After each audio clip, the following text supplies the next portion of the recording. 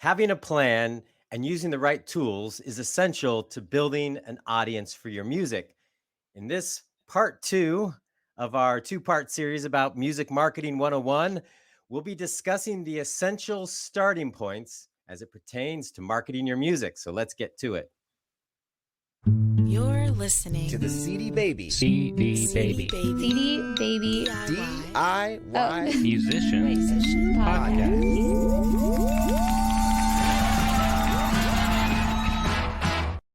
Welcome to episode number 304 of the CD Baby DIY Musician Podcast, where on this episode, we're going to be discussing Music Marketing 101, and this is part two of a two-part series.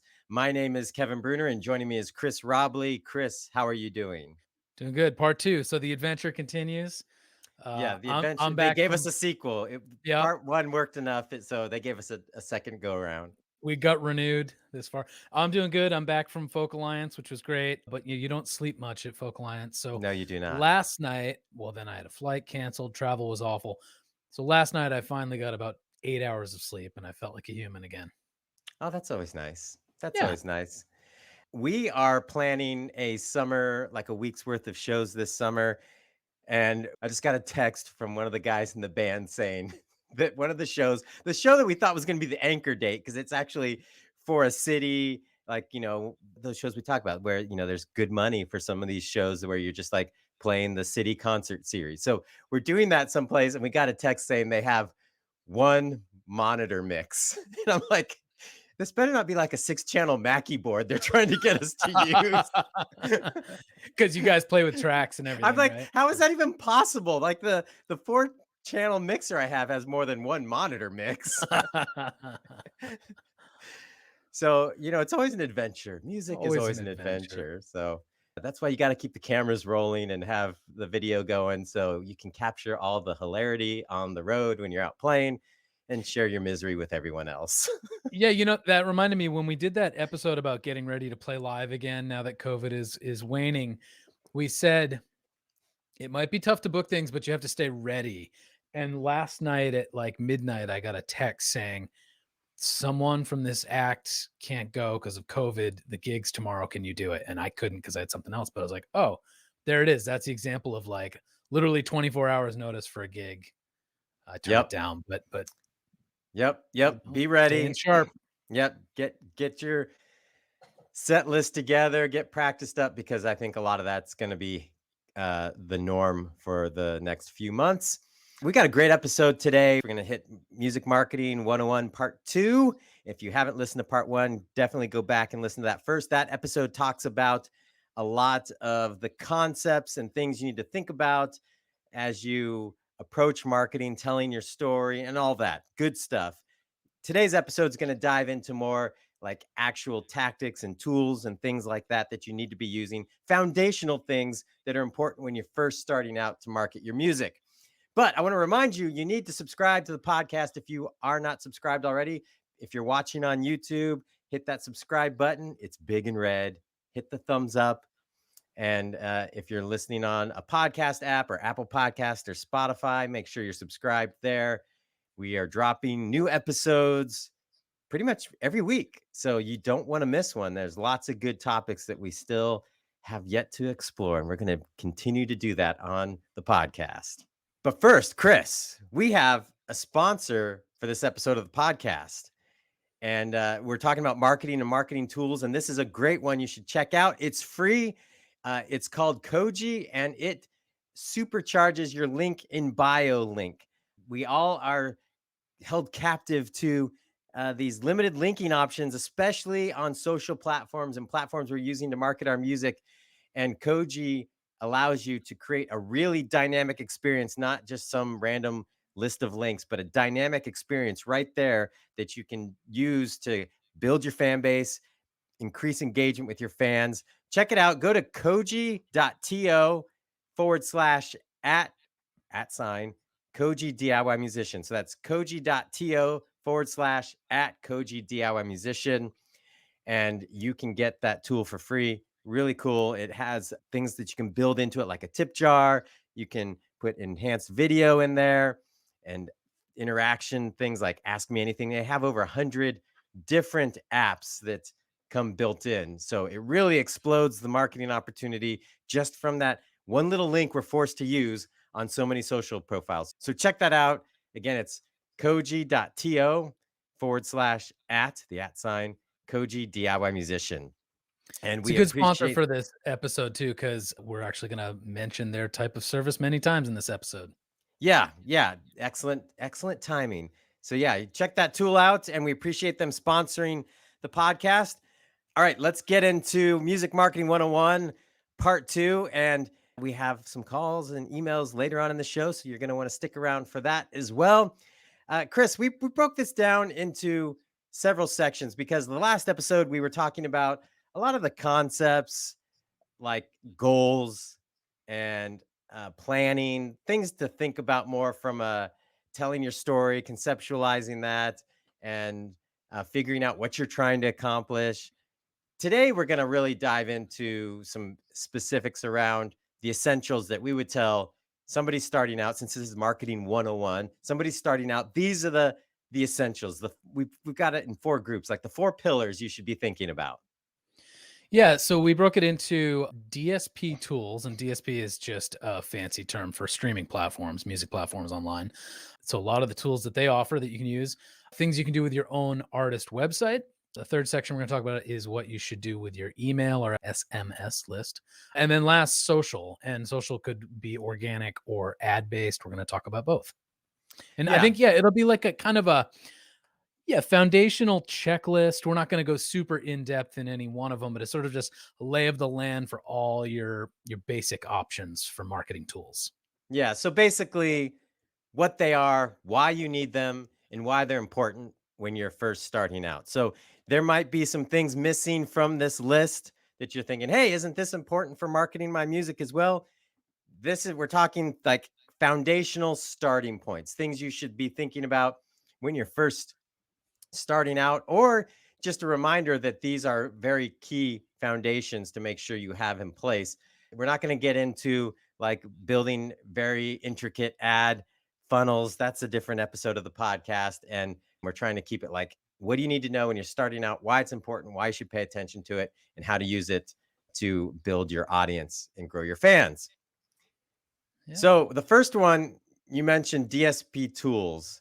Give us a little background on what do you mean by DSP tools?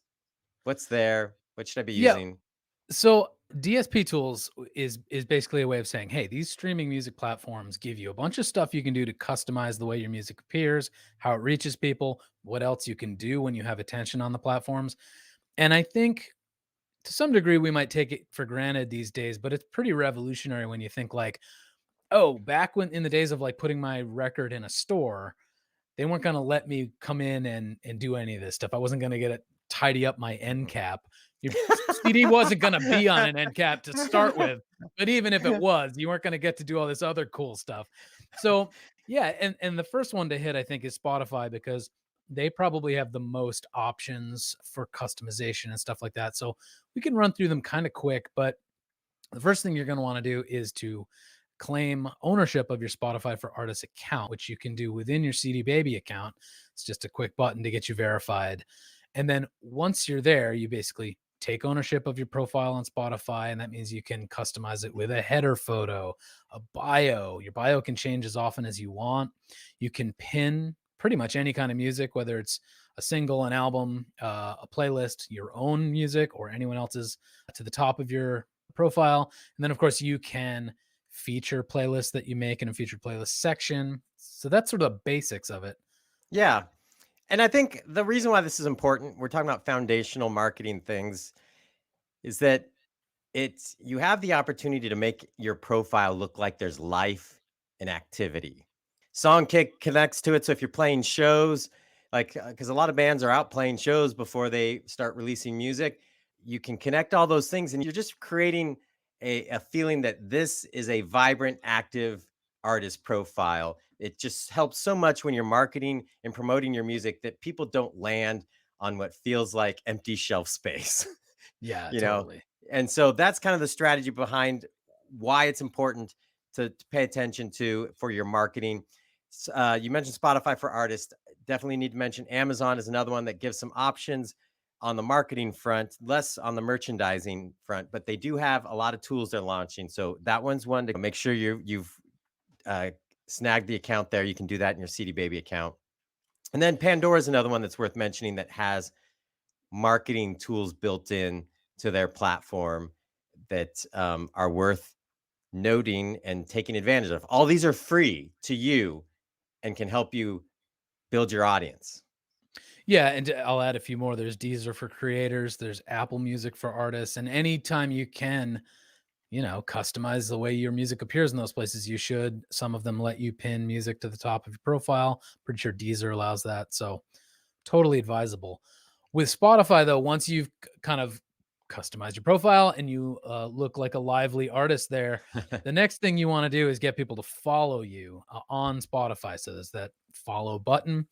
That's really important to do because all those people who raise their hand and say, yes, I want to follow this artist are now kind of in line to hear everything you ever put out from now until the end of time, which is important. So, one of the easiest ways to do that, so you don't just leave it up to chance of, oh, I hope that people press that button when they're on my profile, is to use a tool called show.co, which is free for all CD Baby members. And basically, what you'll do is use show.co to make a landing page, which is just a good looking one page website where someone follows you. And then in return, you can set them up to get some kind of reward. So that could be hidden content. Maybe they hear the song before it's actually officially released, something like that. So you incentivize them to take that action. They push the button.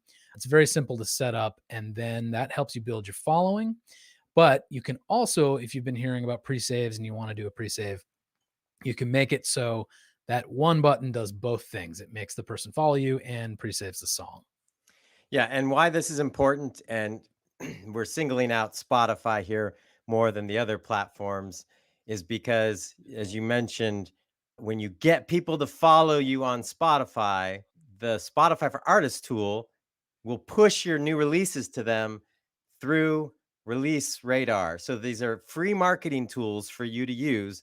And so that's why I think for a while, so many people were focused on pre saves. And I don't know that that really does much for artists. I haven't really seen like giant spikes happen because everyone pre-saved it and it caused the algorithm to do more. They say it does, who knows?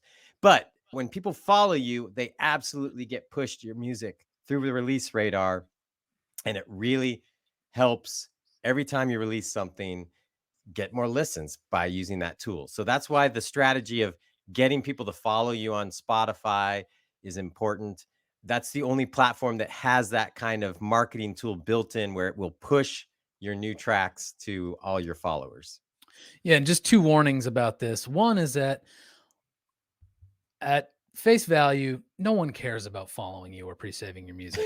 If they want to hear it, they'll go to Spotify or wherever, and it's easy enough to just search for you and listen. So there has to be something else in it for them. And there has to be either mystery or a sense of connection or access. So the key to success in these kinds of marketing campaigns is just, how enticing that reward is. So put a lot of effort into that. Make it worth this person's time to click the button. The other thing is that just because you build a show.co follow campaign doesn't mean anyone's going to find it. Like no one's just randomly Googling something and then accidentally showing up on your show.co page. So it's ultimately up to you to still spread the word. And we'll talk later about a lot of ways of getting messages out there, but just know it's sort of incumbent upon you to still get attention for this Yeah. campaign. Yep. And so, as a marketing 101 tip, because Chris, you were just saying no one really cares about following me or pre saving. So, our marketing 101 tip, getting fans to do this is really for your benefit. So, you got to think about as you create like a campaign, like using show.co, where, hey, I can offer an incentive. What would be interesting to the people that follow you that would motivate them to click through?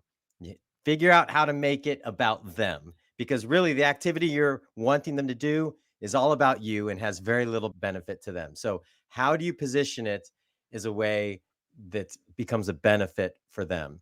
Because so much of our music marketing goes wrong by just shouting into the void of social things that we want people to do for our sake, not to bring them more benefit or enjoyment or something interesting, a diversion in their day, to have a little moment of fun or a new song to check out. We position it around ourselves a lot. And so that's why you got to think through these things with like the show.co platform is great for getting people to take action, but you got to incentivize them in a way that's about them. Yeah, a couple other Spotify for Artists tools we should mention is the direct pitching tool. You should Yep. definitely do this for every release that you put out. Basically, it's just a little option in their dashboard where, as long as CD Baby has delivered the music to Spotify well in advance of its release date, you can go in, pitch it to Spotify's editors, and then on the one hand, they can consider it for playlists in the short term. That would be great. The other thing it does is just provide more metadata. So you get to choose instrumentation, genre, some other things that help Spotify forever properly place your music. And then another important thing is it has a little description box where you can type, I don't know, 3 or 4 sentences about the release. But you should totally do this because it's another chance for you to put sounds like artists. You can name drop anyone you've collaborated with if they have some, clout and energy going for their own music. You can talk about the meaning of the song or why you wrote it or who it's for. Any of that is super useful for Spotify. And lastly, if you have a specific marketing plan that is going to drive engagement on Spotify, you can mention that too because they like to see that. Yeah. Again, free to do all this. And I like that you honed in on the metadata because they allow you to give more information about the music. And Spotify, the last number I saw was like 7,000, has like 7,000 playlists. I don't know how accurate it is. I know it's in the thousands. Most of them are generated by the algorithms. And so the more information that they have about your music, the more that it could trigger those things. There's no guarantee, but again, these are free tools that just enhance your opportunities and make it easier for that platform to find opportunities for your music. Yeah, and actually one thing we didn't mention is that when you do this process for an upcoming single, it has to be done at least 7 business days ahead. Spotify actually would prefer you do it a month ahead. But this also guarantees that that song will appear on the release radar playlist of your followers. So Yep. it's important to do for that reason. Yep. Another thing you can do ahead of your release is upload a canvas to Spotify, which is a vertical looping video. It's usually like 3 to 8 seconds long, plays in conjunction with your music on Spotify. Spotify claims it greatly enhances all kinds of engagement, that songs with canvases get listened to more, get added to more playlists, get shared more. I think Kevin doubts that because he hates canvases and turns them off on his phone. I forget they're there because I have turned it off on my phone. I just hate because I have my phone on my dashboard when I'm driving, and I hate constantly having this distracting looping video because then I start looking at it. And I'm not supposed to be looking at my phone. Not while driving. That's true. No. Yeah. I like it whether most people see it or not because it's just another chance to sort of enhance the vibe of your song. Yeah. So you can upload them in advance. Spotify claims they help.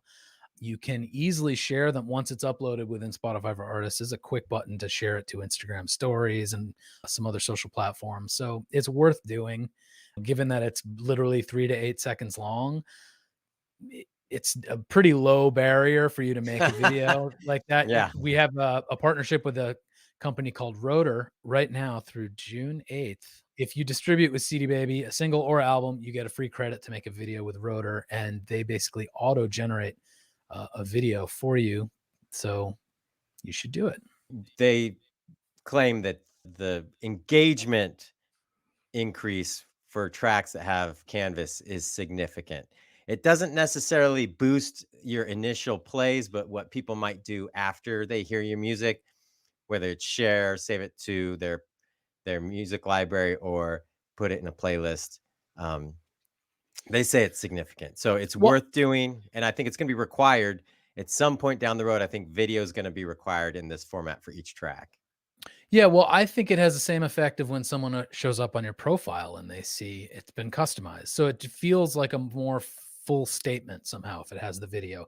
Even if you shut the video off and you don't even respond to it, it's like, oh, it feels more official. Yeah. Yes. So And one other thing I wanted to mention just quick about Spotify is they also have a merch integration. So if you have Shopify, you can integrate that to put 3 merch items on your profile.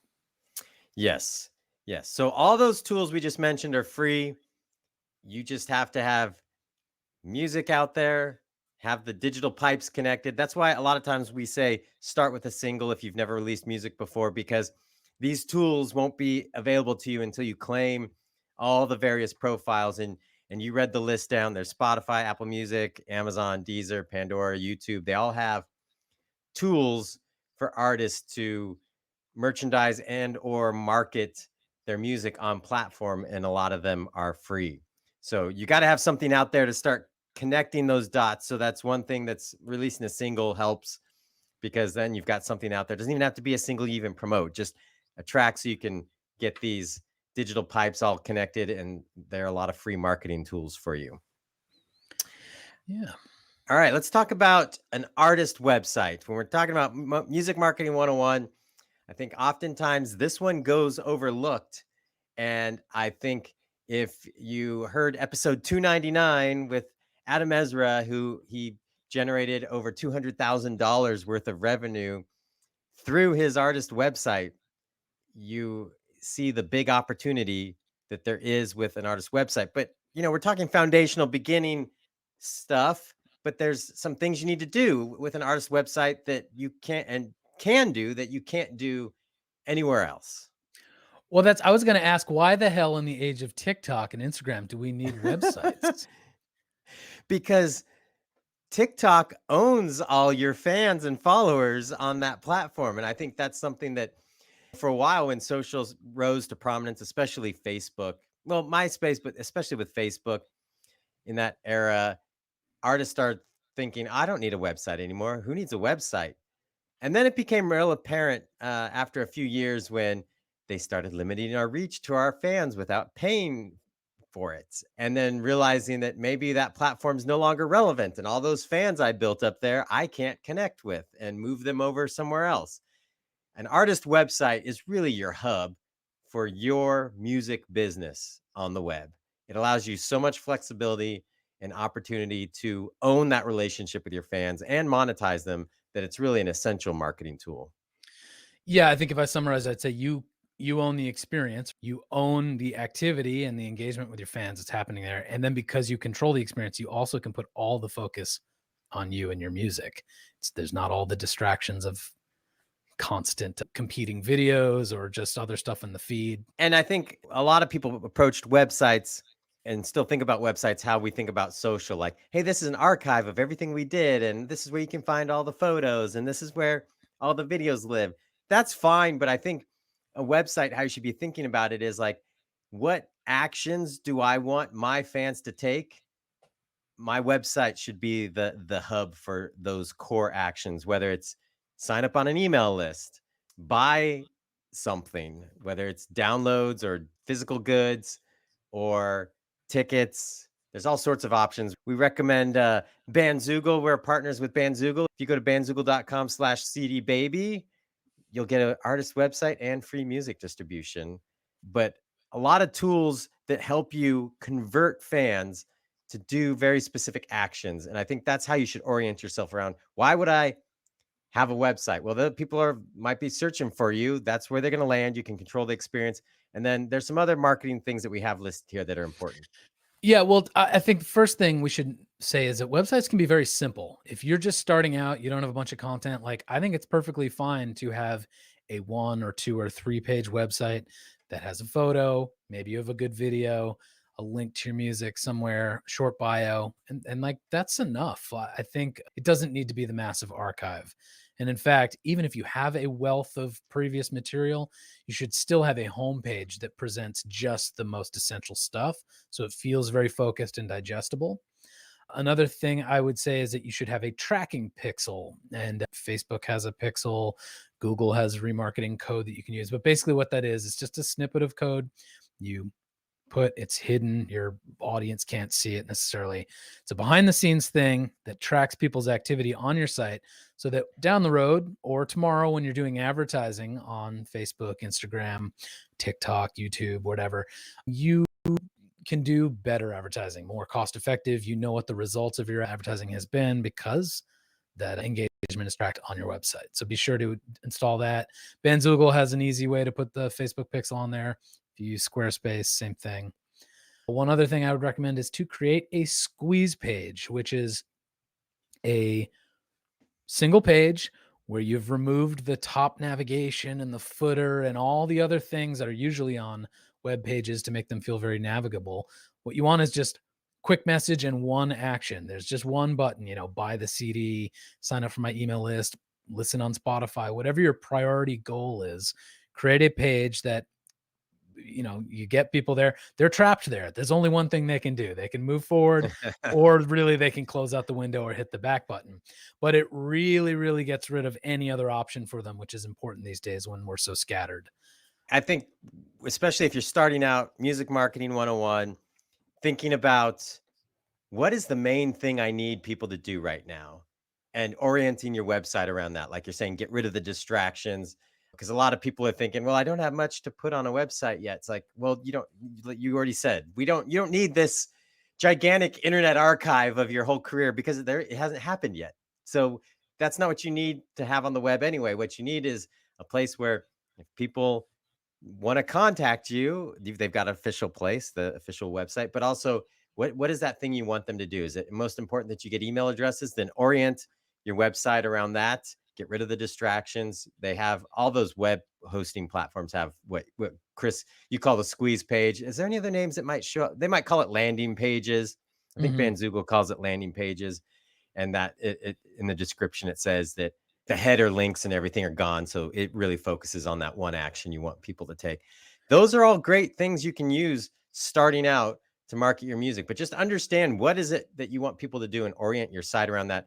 On the Pixel front, they just go to your web host dashboard and there should be an easy place. It's usually just looks like a little window. You drop the copy in and you click save, and it's behind the scenes inside your website. And even if you don't use them yet, go do that. So it starts giving you the ability to retarget your people landing on your website page. Yeah, you can be building advertising audiences even if you're not paying to advertise to them. So better to do that now than later. One other thing, similar to what I said about the follow campaign and show.co, your squeeze page, if you have one, let's say it's buy this limited edition t-shirt. If there's no navigation, how are people going to get there? Well, they will get there through email, SMS, social, all the other ways you talk about anything. But you can also use website announcement bars at the top, or a pop-up if those are provided by your website hosting company. And you can use those. So anytime anyone lands on any of your pages, you can direct them to that most important page. Yeah. Yeah. Most web hosting platforms have the tool where you can have a pop-up come up on the screen after so many seconds, usually can set the time frame. And that way, if someone lands somewhere, you can take advantage of like, hey, get on our email list, and you can offer incentives and stuff. So that's, to me, is figuring out what do you need the fans to do the most, or anyone visiting your site to do the most. Orient your site around that for starters. And we'll talk more about advertising in a second. But even if you don't know what a marketing pixel is, you can get one on your Facebook account. Just search Facebook Marketing Pixel. It'll show you where to get yours. And you can just drop them in your website. And even if you don't advertise yet, just have it in there. So it's building audiences, because then you'll be able to target those people later on those ad platforms. One last thing I wanted to say is I think it is helpful, obviously, if you have your contact info and a show calendar and a store and your social links on your website. But I think of those as nice to haves. I think if you really want to make just a sleek, quick website without that stuff, that is fine. Like just have something that looks very official and exciting. I would recommend having contact info, because I find that when people are interested in getting us to play, they tend to go there and email through the band website. It doesn't happen through social as much. And I think people maybe don't feel like people see stuff. I see that kind of thing on Messenger, Facebook Messenger more, but it's nice to have contact info, because when someone's looking for, hey, there's this band, maybe I'll get them to play this show. they're going to go to your website, or they might try looking for your website. All right, let's move on. We talked about DSP platforms. We talked about your website and some foundational things there. We're going to talk about some foundational things as it relates to having an email list or an SMS list. Chris, it's 2022. Why do I need email? Because, believe it or not, it's still super effective. First of all, you own it. And, there are email fees, like if you're using MailChimp or something like that. But in the grand scheme of things, it's free to contact these people. You own that relationship. It's very effective. And we don't mean that you're going to send an email and 100% of your list will open it and go buy your t-shirt. But proportional to how things perform, how messaging performs on social, email can be way more effective. So that is one very good reason to still have one. My second bit of advice would be don't just have an email list, but actually use it. Which I'm guilty of this too. It's like I'll have a string of 6 months where I'm really good. I'm emailing every other week or sometimes weekly. And then I think in the last 6 months, I don't even know if I've emailed. Like I sort of just fall out of the habit. It's very bad because then my audience is conditioned not to think of me, but also so is their inbox. They suddenly, if I write them again, Google or whoever your Hotmail, whatever your email provider is like, oh, this looks like new spam and not someone you're constantly communicating with. Yeah, I think it's important for people to really understand that in the digital world, this is still the only way we have to like own that relationship with fans, email or SMS. It's like people still use email like how we use mail for our physical address for mail at our houses. People really they've had that email address typically now for a long time. They use it every day. It's still the top tool for getting people to take action around something. So it's very important. And even if you don't email people, that email list, because we still use email like it's almost like our address on the internet, our how we, like I said, our houses have physical addresses, that you can upload email addresses on certain marketing platforms and retarget audiences based on that. So it's more than just whether or not you just send to the list, which you should be doing, as Chris mentioned, but that these can be anchor points for other types of marketing activity. Yeah, and that just made me think of a few other things that we didn't have on our list to mention. But like when you're collecting emails, so first of all, there has to be a good reason why someone would subscribe to your list. So that can be you're promising some experience and then you should follow through on delivering that. It could be that they get some kind of reward or incentive, similar to what we were talking about with the follow campaign. Got to have a clear reason why someone should subscribe. You have to have a clear place to incentivize that. So that could be the homepage of your website, could be the squeeze page, could be on a list at your shows, and you make sure to mention from stage why they should subscribe. But when they do, you want to get enough information about them that it's usable later. And that would be like first name, at least, so you can customize the emails and make them feel personal, where they live. And that doesn't necessarily mean when you play in Detroit, you have to have them write that they live in Detroit. But at the end of the night, when you import that list, put Detroit in or whatever the zip code. You want to generally know where they live. Any other information like that, that's very useful to you down the road when you need to reach out to them again. It's important to do that. I have some very old, bad list maintenance practices where like half my list doesn't have names and I feel terrible. I'm like, I should know better, but it makes me feel sloppy. So start off on the right foot.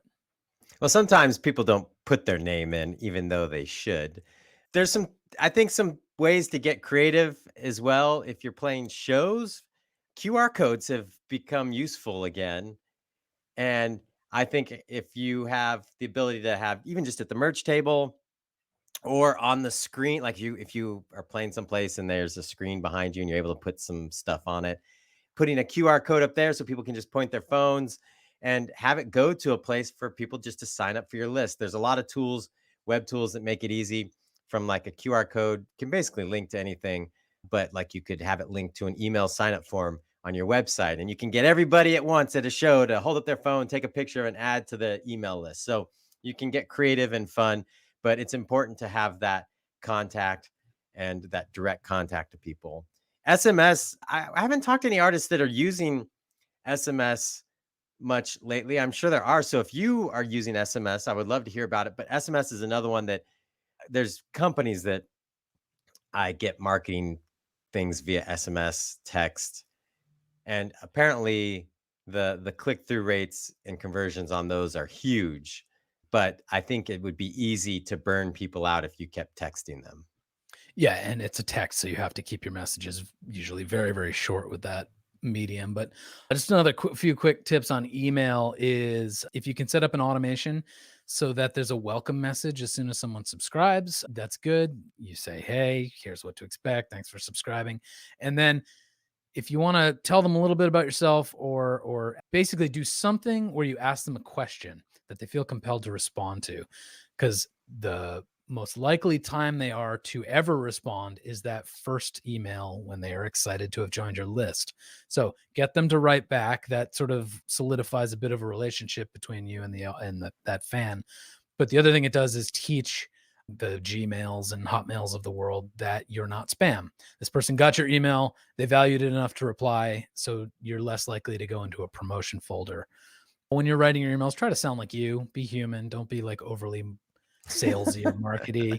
Although in terms of being salesy and markety, I've come up with the term start with the button, which I know we've probably talked about in the past, but if you have one priority thing you want the fan to do, let's say it's follow on Spotify, the way you start conceiving of the whole email is to begin with that button, that call to action in mind, build towards it in a compelling way, and then write a subject line that can't be ignored. Like whatever you have to do to get them to open it without it being overly clickbaity. Right. Yeah. Yeah.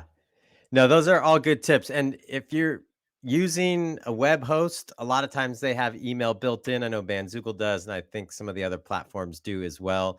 So a lot of these, again, are tools that you have access to that are either free or definitely cheap if you're starting out. I know if you've used MailChimp, their price points escalate rather quickly as your list grows. But starting out with a small list, there's a lot of free options, and a lot of them will have like what they call an autoresponder, and that's an opportunity for you to, hey, they subscribed to my list, make sure you hit them with something immediately that gives them an opportunity to go deeper with your relationship with them, whether it's follow or check out some tracks or buy something. So it's just an opportunity. We're talking marketing 101. These things can be happening in the background, pushing your music to people once you set them up, and they just keep going. And you definitely want to balance the goodwill ledger in terms of giving and taking. Like Yes. not every email you send should be asking for something, that's probably 2 out of every 3 should be not asking for something, at least in a direct way. I hate when people say provide value. I don't know why. It's just 20 years of marketers using it, but it's Yeah. true. Yes. Well, and value, I think with marketing 101 in general, I think that's just a problem artists haven't. We want people to take action. We're excited about our release. We want them to go do something. Please go do something. If you just do this, I know you're going to love it and I'm going to be your favorite band ever. Instead of thinking about, hey, I'm interrupting someone's day. What can I do, or how can I position this that's fun, interesting, a nice break in the moment, worthy of an interruption? And that could be offering up a track, but it's just how you position these things a lot of times, that whether you're thinking creatively about how can I make this about them and not just me getting people to click on stuff. I think you just rephrased provide value in a way I really like. Worthy of an interruption. That's great. There we go. There we You coined a go. term that I can live with. All right. Thank you. I'm going to write that down. Is this worthy of an interruption? Because that's what life is now. It's just Yeah. random moments that are getting interrupted because we can't focus on anything anymore. I think just if you're starting out, or even if you're not starting out, I think this is an area where a lot of people are not taking advantage of this powerful, powerful marketing tool. Yes, email doesn't sound exciting, but people take action. So build that list and start going deeper with it, and you'll start seeing more results. Yeah. Well, Social. Do we if we have to move to talk about social, social? I thought, didn't we say social was dead for musicians? no, what we said was you should be using social the right way. So the first thing I wanted to say is to talk about how social is this realm in which things feel way more in the moment than Hmm. perhaps an archive of videos on YouTube or something even on your website, which kind of behaves in a more archival way. So we're conditioned to think of social as more in the moment, but there are like literally things you do on social that feel very real time. And it's not always live streaming. What I mean is like there's Facebook events. You might make them for a gig that's in the future, but you can also use them for things besides in-person gigs. You can use them to set up a live stream. You can use them to set up conversations. There's Twitter Spaces and Spotify Live and Clubhouse and these apps where you are having real-time conversations that don't involve video. You can make a YouTube video or a Facebook video feel in the moment in real time by setting up a premiere. So you set up the video in advance to go live at a certain time and then everyone watches together. And that means you could do like a watch party or a view party, which is something I know, Kevin, you've talked about this a lot. Your band did a Twitter listening party Yeah. where everyone dropped the record at the same time, press play, and then you just were all on Twitter using a hashtag communicating about the music. Even things like TikTok duets or like kind of going back and forth with AMAs or Marco Polo and Snapchat, where people will converse with their fan and then they'll converse back and it becomes this kind of chain conversation. Technically, that's not in real time, but it still feels very, yeah, just conversational. So I think exploring all the ways you can feel like you're talking right now to people. Pandora Amp, actually, it's not really social, but they give you that tool where you can be like, hey, Yeah. what's up, everyone in Detroit? We're coming to town tonight. See you there. You're really fixated on Detroit. I have been for a while. I don't know. Next time it'll be Des Moines. Okay. Reference Des Moines. Yeah. Yeah. I think what's important to note here with social, this is probably the area where people have dabbled the most. I mean, most everyone on the planet has some interaction with social media at some point, whether they're still using it or not, it's another thing. But I think what's important, some of the things that you highlighted were the tools that are on these platforms that can help you market better. Facebook events is one that I really like because when you use it around a show, you can market that event. You can use ads to promote that. But then also, it creates a small subset of a community of people that are going to that event or show or live stream, because you can do it for live streams as well. And it just creates an opportunity to build excitement with a group of people that are bought in on something. And in this case, it would be your show. So I like them for that reason, that it helps make marketing a different little marketing channel for that one specific thing. So all your fans that may not be going to that thing don't have to constantly see messages that are irrelevant to them, that you can create subgroups and things like that. I just want to point out one thing about it. To the degree that social is for real-time conversation, don't always feel the pressure to be the host or starter of that conversation. You can go attend some other Twitter spaces that's That's a happening in good your point. niche and raise your hand and just talk and introduce yourself, provide value. What how did you be worthy of interrupting this Twitter space with your Yeah. perspective? And same goes with TikTok. Like it doesn't always have to be you starting the duet. Like duet with something that's already out there. Like you can join other conversations and have just as much or sometimes more impact. Yeah, I think that's a really great point, because I think artists always feel the pressure, especially starting out, music marketing 101. I have to like create these huge social campaigns and social interactions that I have to be the one that starts it. Just look for opportunities to go be a part of a community of like-minded individuals that are usually gonna, if you're in a particular city, we're going with Des Moines. I'm sure there's a lot of different communities online where you can interact with people that will like the kind of music you do. And you don't have to start the conversation. You can just join in. And then over time, you are a part of that group, and your music is relevant to tell them about. I think the TikTok's a good example with where you talk about the duets. There's a lot of artists that their duet is far more popular than the original video that they're commenting on or taking Mhm. part in. And that's an opportunity as well. So look for conversations that you can be a part of. You don't show up and start just slinging your links around. You gotta be a part of the community. Well, actually, that's a good segue to the next thing I want to talk about, which is capturing passive attention. So if you're on social and you don't sling your links around, but you do captivate someone in some way and they want to learn more, you do want to make it easy enough for them to go deeper. So that could be as simple as having a bit of a backlog, or not a backlog, a back catalog of reels or TikToks or whatever it is, so that someone sees something new and they're like, oh, I like that. And then there you go. They've got 20 other videos of yours they can scroll through.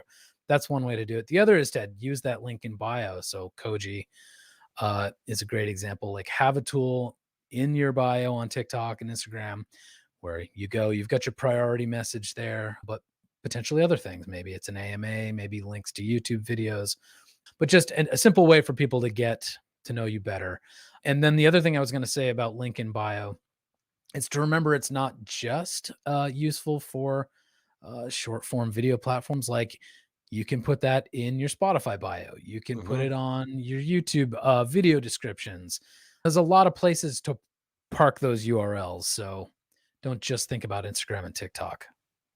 Yeah, I think it's the usefulness of a tool like Koji is that there's so many places where we need to guide people, and we can't send them a menu of 10 different links because they're just not going to click all of them, or it's overwhelming and they'll just bail. Where using the simple link that's everywhere to just know that, hey, for the next step is for you to click this one link and it'll guide you to a place that gives you more options. So it makes it easier and cleaner to get fans where they need to be. Let's see.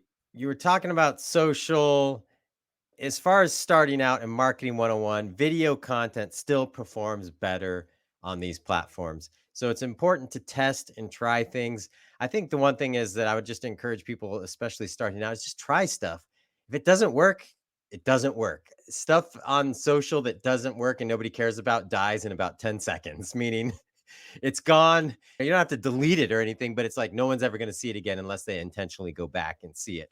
So try some things and see what's going to work. Video is sometimes it's tough starting out to get comfortable being on camera. I highly encourage you to just get comfortable being on camera, because being able to be on camera and shoot video will help you market your music a whole lot better. My daughter had a violin concert last night and she was nervous. And I said, hey, you know what's going to happen if you mess up? And she said, what? I said, nothing. And she laughed and she was like, all right, cool, let's do this. I guess if you really mess up on social, someone can screen grab it and it's there forever. But yeah, we're not talking about doing stupid stuff. Yeah. I mean, if you're just stretching yourself creatively, and like, go for it.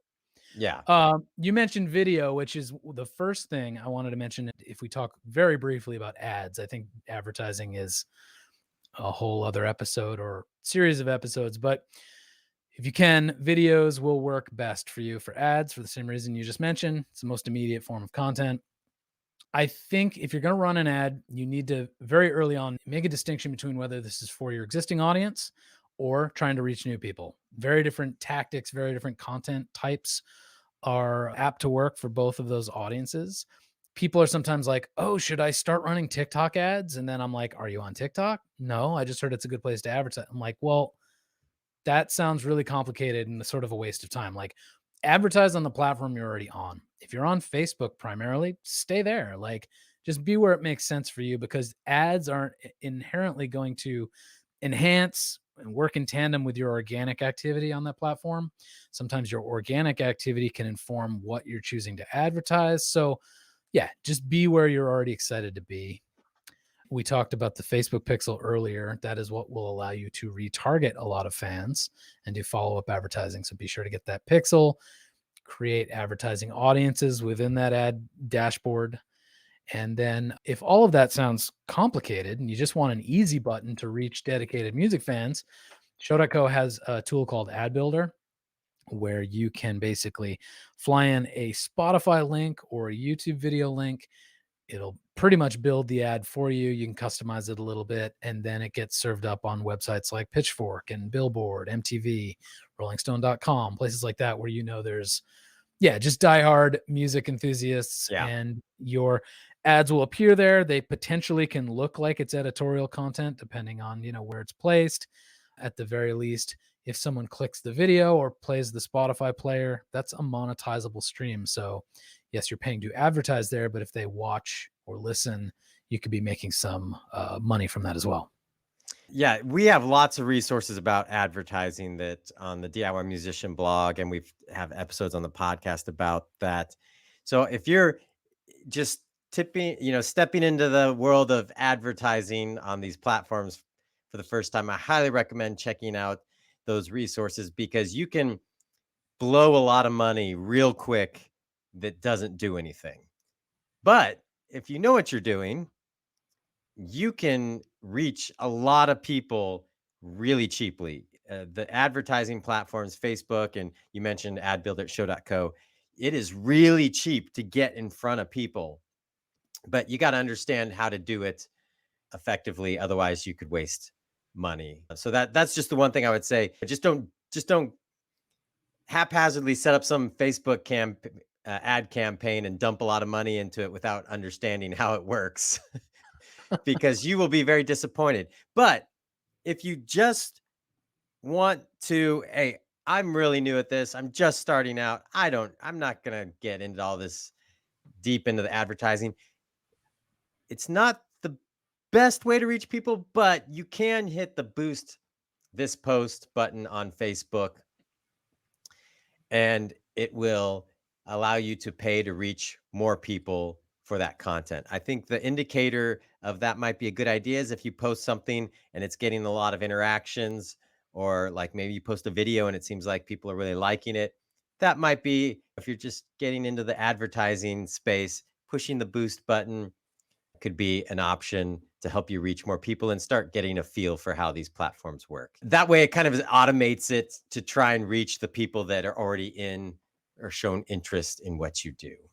Yeah, I was just going to say that boosting is okay for your existing audience, making sure you can reach people who are already following you. It's probably not the best solution for acquiring new fans, but Yeah. And again, you want to make sure it's good performing content that you're boosting. You don't want to boost stuff that nobody cares about so that you're just paying for nothing. But yeah, so if you're diving into advertising, you'll hear people say, never push the boost button.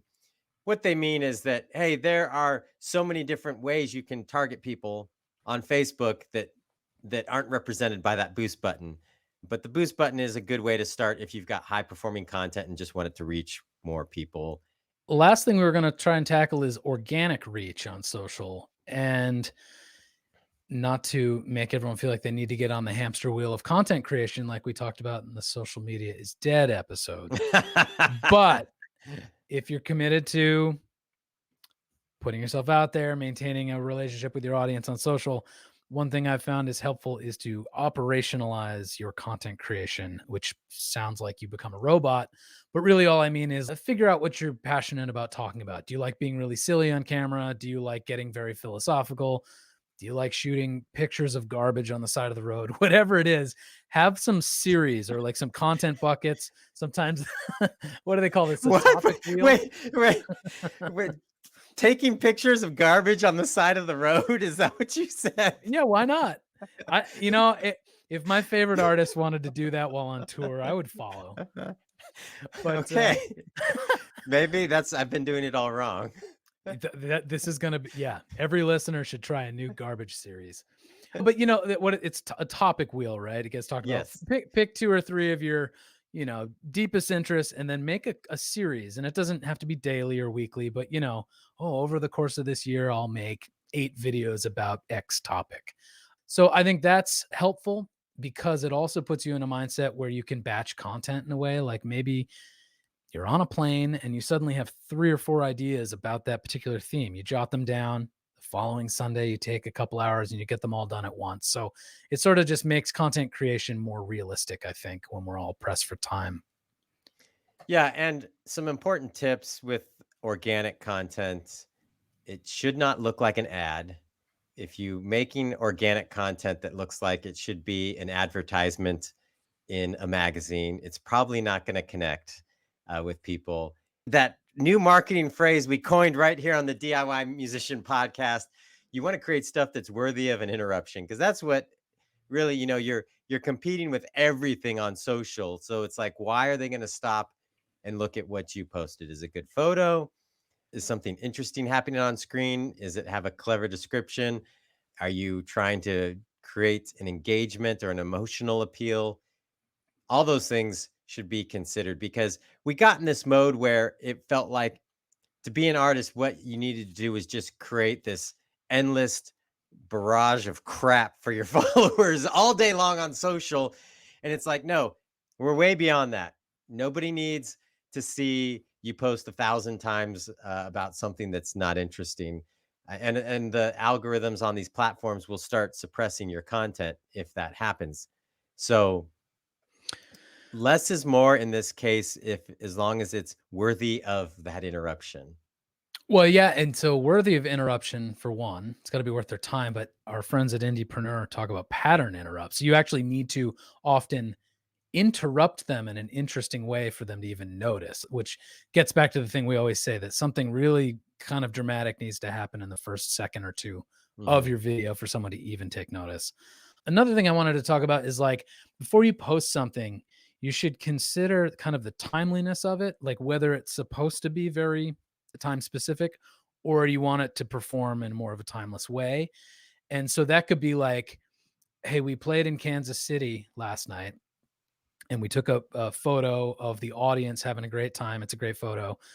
Now that could have two purposes. We could post it today and say, thank you so much, Kansas City. Tag yourself if you're in this photo. We love you. So it's sort of date specific, looks back, drives a certain kind of action. But the same photo could be used to get future dates on your tour excited about the show. So they bring friends or whatever. So that could be about Chicago and New York over the next week. Two very different uses for the same photo. And also that would inform what your caption is, what your copy is. So yeah, just time, purpose, and time specific criteria.